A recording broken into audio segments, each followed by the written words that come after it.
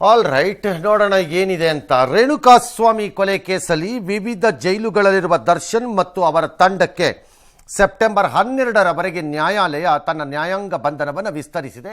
ಆಗಲೇಬೇಕಿತ್ತು, because ಅವರು ಯಾರಿಗೂ ಬೇಯಿಲಿಲ್ಲ, ಹಾಗಾಗಿ ಎಲ್ಲರದು ವಿಸ್ತರಣೆ ಆಗಬೇಕಿತ್ತು. ತಾಂತ್ರಿಕವಾಗಿ ಆಗಿದೆ. ಆರೋಪಿಗಳನ್ನು ವಿಡಿಯೋ ಕಾನ್ಫರೆನ್ಸ್ ಮೂಲಕ ಕೋರ್ಟ್ಗೆ ಹಾಜರುಪಡಿಸ್ತಾ ಇತ್ತು. SPP ಡಿಜಿಟಲ್ ಎವಿಡೆನ್ಸನ್ನು ಕೊಟ್ಟರಂತೆ. ನ್ಯಾಯಾಧೀಶರ ಸೂಚನೆ ಮೇರೆಗೆ ಆರೋಪಿ ಪರ ವಕೀಲರಿಗೆ ಇವತ್ತು ಚಾರ್ಜ್ ಶೀಟಿನ ಅಂದರೆ ಆರೋಪ ಪಟ್ಟಿಯ ಪ್ರತಿಗಳನ್ನು ಎಲ್ಲರಿಗೂ ಕೊಡಲಾಗಿದೆ. ಎಷ್ಟು 16 ಜನನೋ 17 ಜನನೋ ಇರ್ತಾರೆ. ಆ ಎಲ್ಲ ವಕೀಲರಿಗೂ ಒಂದೊಂದು ಪ್ರತಿ ಹೋಗಿರುತ್ತೆ. ಆ ಪ್ರತಿಯನ್ನು ಅವರೆಲ್ಲ ಅಭ್ಯಾಸ ಮಾಡಿಕೊಂಡು ನಂತರ ಅವರವರ ಕಕ್ಷಿದಾರರಿಗೆ ಆಯಾಯ ವಕೀಲರು ಜಾಮೀನು ಅರ್ಜಿಗಳನ್ನು ಹಾಕೋಬಹುದು. ಆ ಚಾರ್ಜ್ ಶೀಟಿನ 17 ಜನಕ್ಕೆ ಕೊಟ್ಟ ಮೇಲೆ ಮಾಹಿತಿಗಳು ಒಂದಿಷ್ಟು ಹೊರಗೆ ಬರಲೇಬೇಕಲ್ಲ, ಬಂದಿದೆ. ಒಂದಷ್ಟು ಮಾಹಿತಿಗಳು ಹೊರಕ್ಕೆ ಬಂದಿದೆ, ಭಾಳ ವಿವರವಾಗೇ ಬಂದಿದೆ ಕೆಲವೆಲ್ಲ ಅಂತುವೆ. ಅರೆಸ್ಟ್ ಮಾಡೋದ್ರಿಂದ ಹಿಡಿದು ಜೈಲುವರೆಗೆ ಇರುವಂತಹ ವಿಚಾರಗಳು. ಇದರ ಸಾರಾಂಶ ಇದು ಅಂತ ಆರೋಪ ಪಟ್ಟಿಯಲ್ಲಿ ಹೇಳ್ತಾ ಇದ್ದಾರೆ. ಈ ಮುಂದೆ ನಾನು ಹೇಳಲಿರುವ ಎಲ್ಲ ಸಾರಾಂಶವು ಆರೋಪ ಪಟ್ಟಿಯ ಸಾರ ಅಂಶ ಅಷ್ಟೇ. ಆದರೆ ಅದು ಪೊಲೀಸರು ತನಿಖೆಯನ್ನು ನಡೆಸಿ ಓಕೆ ಘಟನೆ ಹೀಗಿದೆ ಎಂದು ವರ್ಣಿಸುತ್ತಿರುವ ರೀತಿ. ಅಪರಾಧಿ ಅಂತ ಡಿಕ್ಲೇರ್ ಮಾಡಬೇಡಿ. ನಟಿ ಪವಿತ್ರಾ ಗೌಡೆಗೆ ಇನ್ಸ್ಟಾಗ್ರಾಮ್ನಲ್ಲಿ ರೇಣುಕಾ ಸ್ವಾಮಿ ಅಶ್ಲೀಲವಾದ ಸಂದೇಶವನ್ನು ರವಾನಿಸಿದ್ದಾರೆ. ಹಂತ 1. 10 ವರ್ಷದಿಂದ ದರ್ಶನ್ ಜೊತೆ ಪವಿತ್ರ ಲಿವ್ ಇನ್ ರಿಲೇಷನ್ಶಿಪ್ ಇತ್ತು. ವೈಯಕ್ತಿಕ ಅದಕ್ಕೆ ಏನು ಸಮಸ್ಯೆ, ಏನು ಪೊಲೀಸ್ನವ್ರಿಗೆ ಏನದಕ್ಕೆ 10 ವರ್ಷದಿಂದ ಇರಲಿ 16 ವರ್ಷದಿಂದ ಯಾರು ಹೇಳ್ಬೋದು.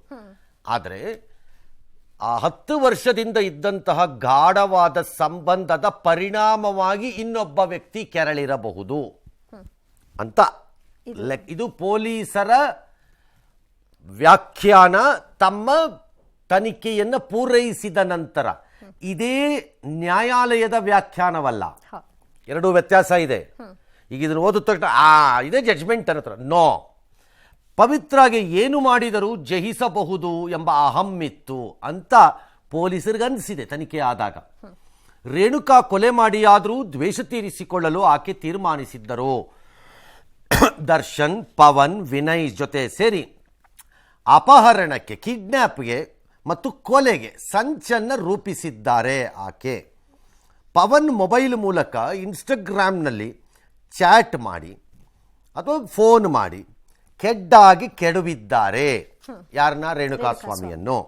ಚಿತ್ರದುರ್ಗದಿಂದ ಅಪಹರಿಸಿ ಬೆಂಗಳೂರಿನಲ್ಲಿ ಪಟ್ಟಣಗೆರೆ ಶೆಡ್ಡಿಗೆ ತಂದು ಬಗೆ ಬಗೆಯ ಟಾರ್ಚರನ್ನು ಕೊಟ್ಟಿದ್ದಾರೆ. ರೇಣುಕಾಸ್ವಾಮಿ ಪ್ಯಾಂಟ್ ಬಿಚ್ಚಿಸಿ ಮರ್ಮಾಂಗಕ್ಕೆ ಒದ್ದಿದ್ದಾರೆ. ಈ ಸಂದರ್ಭದಲ್ಲಿ ದರ್ಶನ್ ಹಣ ಬಲ, ಅಭಿಮಾನಿ ಬಲದಿಂದ ಕೇಸ್ ಮುಚ್ಚಿ ಹಾಕಲು ದರ್ಶನ್ ಪ್ರಯತ್ನ ಪಟ್ಟಿದ್ದಾರೆ ಅನ್ನೋದು ಪೊಲೀಸರು ತನಿಖೆಯಲ್ಲಿ ಕಂಡುಕೊಂಡಿರುವ ಸಾರಾಂಶ ಆರೋಪ ಪಟ್ಟಿಯಲ್ಲಿ ಕಾಣಿಸ್ತಾ ಇದೆ. This need not be a judgement nor finality. ಇದೇ ಕೊನೆವರೆಗೂ ಉಳ್ಕೊಳ್ಬೇಕು ಅಂತಾನೂ ಇಲ್ಲ ಅಲ್ಲ. ಇದು ಜಿಸ್ಟ್ 4000 ಪೇಜ್ ಇದ್ರೆ ಜಿಸ್ಟ್ ಏನು ಅಂತಾರಲ್ಲ. ನ್ಯಾಯಾಲಯದಲ್ಲಿ ಆದೇಶಗಳು ಅಂದ್ರೆ ತೀರ್ಪುಗಳನ್ನು ಕೊಟ್ಟಾಗ 100 ಪೇಜ್ ಇರ್ಬೋದು. ನ್ಯಾಯಮೂರ್ತಿಗಳು ಬರೀತಾ ಇರೋ ಆದೇಶ ಅಂದ್ರೆ ತೀರ್ಪಿನ ಪ್ರತಿ 100 ಪೇಜ್ ಇರ್ಬೋದು. ಬಟ್ ಆಪರೇಟಿಂಗ್ ಪೋರ್ಷನ್ ಅಲ್ಲಿ ಒಂದು 4 ಪ್ಯಾರಾ ಇರ್ಬೋದು ಅಷ್ಟೇ. ಆ ಥರ ಇದೊಂಥರ ಆಪರೇಟಿಂಗ್ ಪೋರ್ಷನ್ ಇದ್ದಂಗೆ ಆರೋಪ ಪಟ್ಟಿಗೆ. Okay, yes. ಇನ್ನು ನಟಿ ಪವಿತ್ರ ಜೊತೆಗಿನ ತಮ್ಮ ಬಾಂಧವ್ಯ ಎಂಥದ್ದು? ರೇಣುಕಾಸ್ವಾಮಿ ಕೊಲೆ ಪ್ರಕರಣ ಸಂಬಂಧ ನಟ ದರ್ಶನ್ ಹೇಳಿದ್ದೇನು? ಇದು ದರ್ಶನ್ನ ಹೇಳಿಕೆ, ಸ್ವಇಚ್ಛಾ ಹೇಳಿಕೆ. ಇದರ ವಿವರ ಹೀಗಿದೆ. ಓಕೆ, ಫಸ್ಟ್ ಪಾಯಿಂಟ್, ಸ್ವ ಇಚ್ಛಾ ಹೇಳಿಕೆ.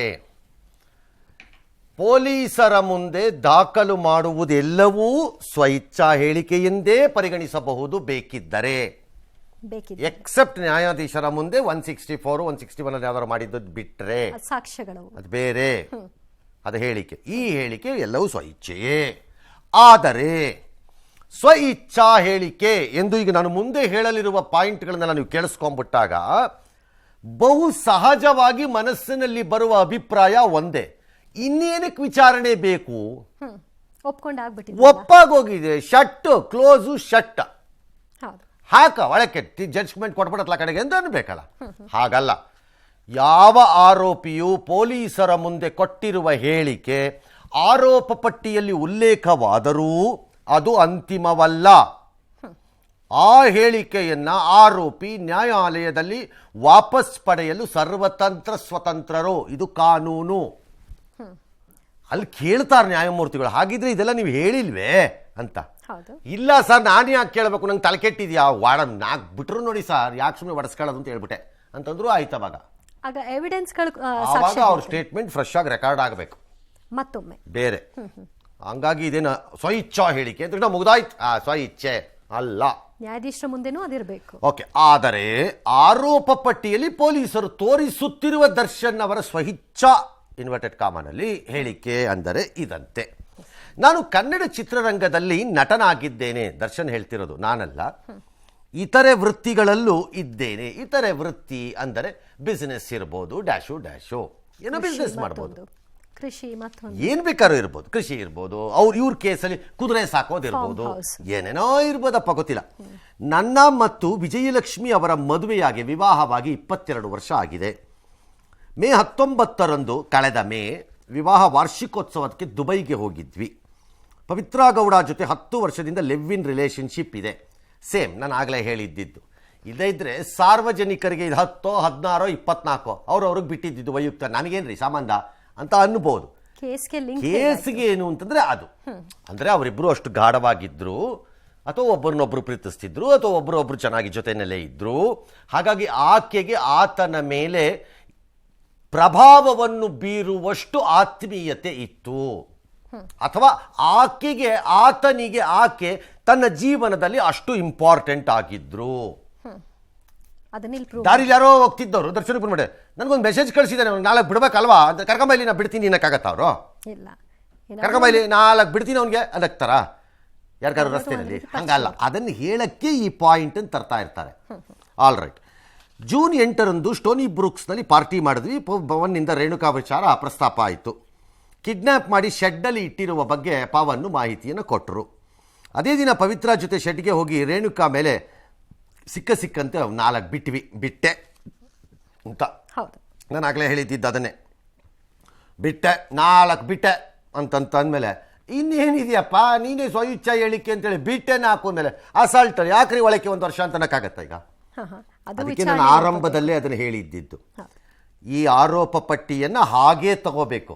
ಅಂತಿಮ ಆದೇಶ, ನ್ಯಾಯಾಲಯದ ತೀರ್ಪು, ಪ್ರಕರಣ ಇತ್ಯರ್ಥವಾಗಿ ಹೋಯಿತು. ಆರೋಪಿ ಸ್ಥಾನದಿದ್ದವನು ಅಪರಾಧಿಯಾಗಿದ್ದಾನೆ ಎಂದು ಪರಿಭಾವಿಸಲು ಸಾಧ್ಯವಿಲ್ಲ ಈ ದಿನದ ಮಟ್ಟಿಗೆ. ನಾಳೆ ನ್ಯಾಯಾಲಯ ಏನು ಮಾಡುತ್ತೋ ಬಿಡುತ್ತೋ ನ್ಯಾಯಾಲಯಕ್ಕೆ ಬಿಟ್ಟಿದ್ದಿತ್ತು. All right. ಚಪ್ಪಲಿಯಿಂದ ನಿನ್ನ ಸಂಬಳ ಎಷ್ಟು ಅಂತ ಕೇಳಿದೆ. 20,000 ಅಂದ. ಚಪ್ಪಲಿಯಿಂದ ರೇಣುಕಾಗೆ ಹೊಡೆಯುವಂತೆ ಪವಿತ್ರಾಗೆ ಹೇಳಿದೆ. ಆಕೆ ಹೊಡೆದಳು. ಪವಿತ್ರ ಕಾಲಿಗೆ ಬಿದ್ದು ಕ್ಷಮೆ ಕೇಳಲು ಹೇಳಿದೆ. ಅವನು ಅದರಂತೆಯೇ ಮಾಡಿದ. ನಾನು ಬರುವ ಮೊದಲೇ ರೇಣುಕಾಸ್ವಾಮಿಗೆ ಸ್ವಲ್ಪ ಬಿದ್ದಿತ್ತು ಏಟು, ಹಲ್ಲೆ. ಆತ ಸುಸ್ತಾಗಿದ್ದ. ಪವಿತ್ರ ಸುಸ್ತಾಗಿದ್ದ, ಆದರೆ ಬದುಕಿದ್ದ. ಆ ಪವಿತ್ರನ ಕಳಿಸಿದ ನಂತರ ನಾನು ವಿನಯ್ ಅಲ್ಲಿಂದ ಜೀಪ್ನಲ್ಲಿ ಹೊರಟೆವು. ಚಿತ್ರದುರ್ಗದ ಹುಡುಗರ ಆಸೆ ಅಂತ ಅವ್ರ ಜೊತೆಯಲ್ಲಿ ಒಂದು ಫೋಟೋ ತೆಗೆಸ್ಕೊಂಡೆ. ನಾಳೆ ನನ್ನ ಮನೆಗೆ ಹೊರಡುವಾಗ ರೇಣುಕಾಯಿ ಚೆನ್ನಾಗೇ ಇದ್ದಂಗಿತ್ತು. ಆದರೆ 7:30 ಸಮಯದಲ್ಲಿ ನನಗೆ ರೇಣುಕಾಸ್ವಾಮಿ ಸಾವನ್ನಪ್ಪಿದ ವಿಚಾರ ತಿಳಿಯಿತು. ಅಂದರೆ ಅವರ ಪ್ರಕಾರದಲ್ಲಿ ಸಾವು ಸಂಭವಿಸಿದಾಗ, ಆತ ಕೊನೆ ಉಸಿರನ್ನು ಎಳೆದಾಗ ನಾನು ಸ್ಥಳದಲ್ಲಿ ಇರಲಿಲ್ಲ ಅನ್ನೋದು ಅರ್ಥ ಆಯ್ತಲ್ಲ. ಇದನ್ನು ಮುಚ್ಚಿ ಹಾಕಲು ಪ್ರದೋಷ್ ಬಂದು ಆ ನಂತರ 30 ಲಕ್ಷ ರೂಪಾಯಿನ ಕೇಳಿದ. ನಾನು ಕೊಟ್ಟೆ. ಮತ್ತೆ ವಿನಯ್ ಬಂದು 10 ಲಕ್ಷ ರೂಪಾಯಿ ಕೇಳಿದ. ನಾನು ಕೊಟ್ಟೆ. ಏನಕ್ಕಪ್ಪ ಈ ದುಡ್ಡು ಅಂತಾರೆ. ಇನ್ಯಾರಾದರೂ ಅದನ್ನು ಆ ಜವಾಬ್ದಾರಿಯನ್ನು ಅಥವಾ ಆ ಅಲೆಜ್ಡ್ ಅಪರಾಧವನ್ನು ತಮ್ಮ ಮೈ ಮೇಲೆ ಎಳೆದುಕೊಳ್ಳಲು ಅದಕ್ಕೋಸ್ಕರ ಇದನ್ನು ಕೊಡಬೇಕಾಗುತ್ತೆ. ಜೂನ್ 11ರಂದು ಬೆಳಗ್ಗೆ 8 ಗಂಟೆಗೆ ನಾನು ಮೈಸೂರಲ್ಲಿದ್ದೆ. ಆಗ ನನ್ನನ್ನು ಪೊಲೀಸ್ನವರು ಬಂಧಿಸಿದರು. ಇದು ಸ್ವಇಚ್ಛಾ ಹೇಳಿಕೆ ಅಂತ ಆಗೋದ್ರೆ ಈಗ ಇಲ್ಲಿ ಏನಿದೆ ವಿಚಾರಣೆ, ನಾಳೆ ಬೆಳಿಗ್ಗೆ ಕ್ಲೋಸ್ ಮಾಡಿಬಿಡ್ಬೋದು. ಹೌದು. ಏನ್ರಿ ನಿಮ್ಮ ಸ್ವಇಚ್ಛಾ ಹೇಳಿಕೆ ಎಲ್ಲ ಕರೆಕ್ಟಾ, ಒಪ್ಕೋತೀರಾ? ಅಂದರೆ ಹೌದು ಸರ್, ನಮ್ಮ ಸ್ವಇಚ್ಛಾ ಹೇಳಿಕೆ ಸರಿ ಇದೆ ಸರ್, ನಾನೇ ಹೇಳಿರೋದೆಲ್ಲ. ಆಯ್ತಪ್ಪ, ಹಂಗಾರೆ ನೀನು ನಡೀರಪ್ಪ ಜಡ್ಜ್ಮೆಂಟ್ ಕೊಡೋಣ ಅಂತ ಬಿಟ್ಟು ಕೊಡ್ಬೋದು. ವಿಚಾರಣೆ ಯಾಕೆ ಬೇಕು ಅದಕ್ಕೆ? ಅದೇ ರೀತಿಯಾಗಿ ನ್ಯಾಯಾಧೀಶರು ಮುಂದೆ ಹೇಳಿದ್ರೆ ಅಲ್ವಾ ಸರ್?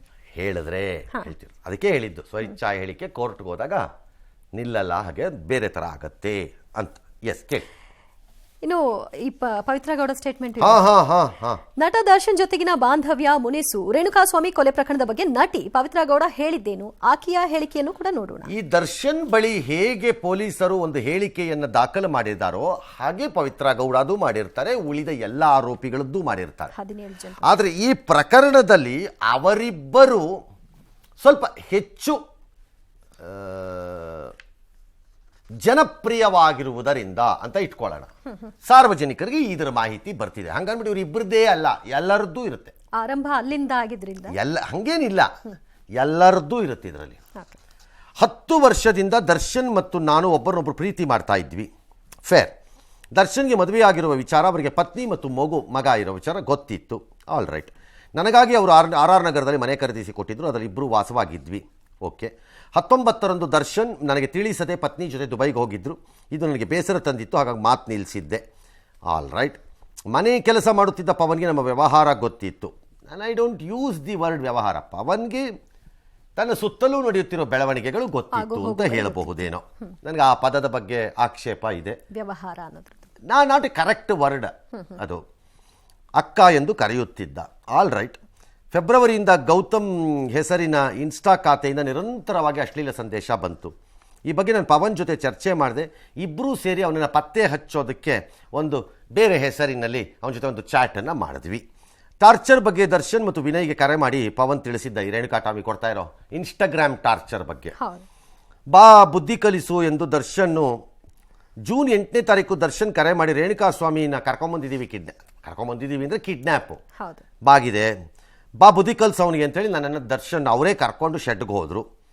ದರ್ಶನ್ ಮತ್ತು ಇತರರು ರೇಣುಕಾ ಸ್ವಾಮಿ ಮೇಲೆ ಚೆನ್ನಾಗಿ ಬಾರಿಸಿದ್ರು ಮನಸೋ ಇಚ್ಛೆ. ನನ್ನ ಕಾಲಿನಲ್ಲಿದ್ದ ಚಪ್ಪಲಿಯಿಂದ ಆತನ ಕಪಾಳ ಮತ್ತು ಮುಖದ ಮೇಲೆ ನಾನು ಕೊಟ್ಟೆ 4 ಬಿಡಬೇಡಿ ಸಾಯಿಸಿ ಅಂತ ಹೇಳಿದೆ. ಎಲ್ಲ ಸೇರಿ ಆತನ ಮೇಲೆ ಮುಗಿಬಿದ್ರು. ಸಂಜೆ 5:30ಕ್ಕೆ ನನ್ನ ಜೀಪಲ್ಲಿ ಅಲ್ಲಿಂದ ಕಳಿಸ್ಬಿಟ್ರು ದರ್ಶನ್. ಅದೇ ರಾತ್ರಿ 9:30 ಕರೆ ಮಾಡಿ ರೇಣುಕಾ ಸಾವಿನ ವಿಚಾರ ತಿಳಿಸಿದ್ರು. ಡೋಂಟ್ ವರಿ, ನಾವೆಲ್ಲ ನೋಡ್ಕೋತೀವಿ ಅಂತ ಹೇಳಿದ್ರು ಅಂತ ಆಕೆ ಪೊಲೀಸರ ಮುಂದೆ ಹೇಳಿದ್ದಾರೆ ಅಂತ ಪೊಲೀಸ್ನವರು ಆರೋಪ ಪಟ್ಟಿಯಲ್ಲಿ ಹೇಳಿದ್ದಾರೆ. ಈ ಚಾರ್ಜ್ ಶೀಟ್ ನಲ್ಲಿ ಮುಂದುವರೆದಂತೆ ಆಕೆ ಕೋಪ ಮಾಡ್ಕೊಂಡಿದ್ರು, ಆ ಕೋಪಕ್ಕೆ ಅವಳು ಕನ್ವಿನ್ಸ್ ಮಾಡೋಕ್ಕೋಸ್ಕರ ದರ್ಶನ್ ಹೀಗೆ ಮಾಡಿದ್ರು ಅನ್ನೋದು ಕೂಡ ಇದೆ ಸರ್. ಇರ್ಬೋದು, ಏನು ಬೇಕಾದ್ರೂ ಇರ್ಬೋದು. ಇದು ಈ ಎಲ್ಲವೂ ಅಂತಿಮವಾಗಿ ಎಲ್ಲಿಗೆ ಬರಬೇಕು? ನ್ಯಾಯಾಲಯದಲ್ಲಿ ಸ್ಥಿರವಾಗಬೇಕು. ಈ ಪ್ರಕರಣದಲ್ಲಿ ಈಗ ದರ್ಶನ್ನು ಮತ್ತೆ ಪವಿತ್ರ ಗೌಡ ಮತ್ತು ಇನ್ಯಾರೋ ಇತರ 14 ಜನನೋ 16 ಜನನೋ 13 ಜನನೋ ಇದಾರಲ್ಲ, ಎಲ್ಲರೂ ಎಷ್ಟೋ ಹಾಗೆ ಯಾರೋ ನನಗೀಗ ಅದನ್ನು ಕೇಳಿದ್ರು. ಅದಕ್ಕೆ ಆ ಪ್ರಶ್ನೆಗೆ ಉತ್ತರ ಕೊಡೋಕ್ಕೋಸ್ಕರ ಅಂದರೆ ನಾನು ಈ ನ್ಯೂಸಿಗೆ ಬರೋಕ್ಕೆ ಮೊದಲು ಈ ರೇಣುಕಾ ಸ್ವಾಮಿ ಪಾತ್ರ ಏನು ಅಂತಂದರು.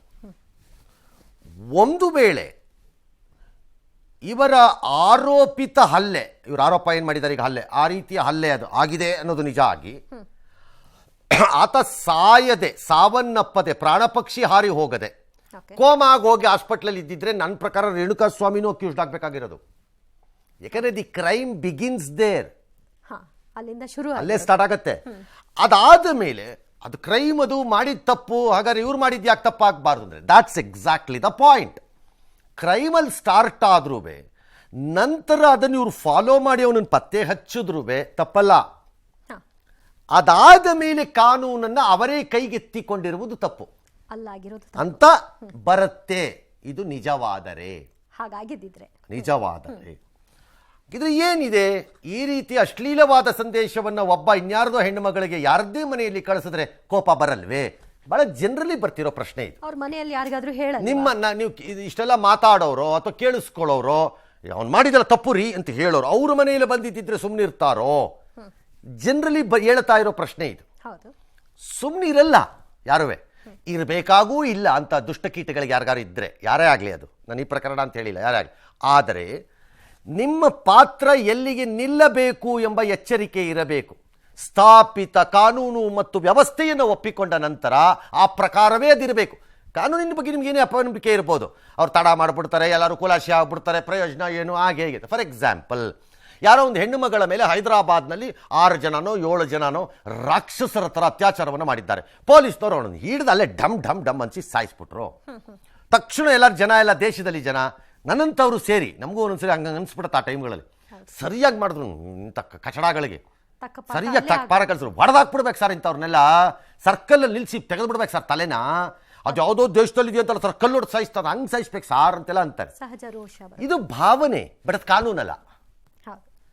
ಅದು ಕಾನೂನಲ್ಲ, ಅದು ಭಾವನೆ. ಹಾಗೆ ಇಲ್ಲುವೆ ಭಾವನೆಯ ರೂಪವಾಗಿ ದ್ವೇಷ, ಕೋಪ, ಅವಮಾನ, ಅಪಮಾನ ಎಲ್ಲ ಇರಬಹುದು ಈ ಪ್ರಕರಣದಲ್ಲಿ, ಕೆರಳಿಸಿರೋದು ಎಲ್ಲ ಇರ್ಬೋದು. ಬಟ್ ನಂತರ ಕಾನೂನು, that's where the trouble starts.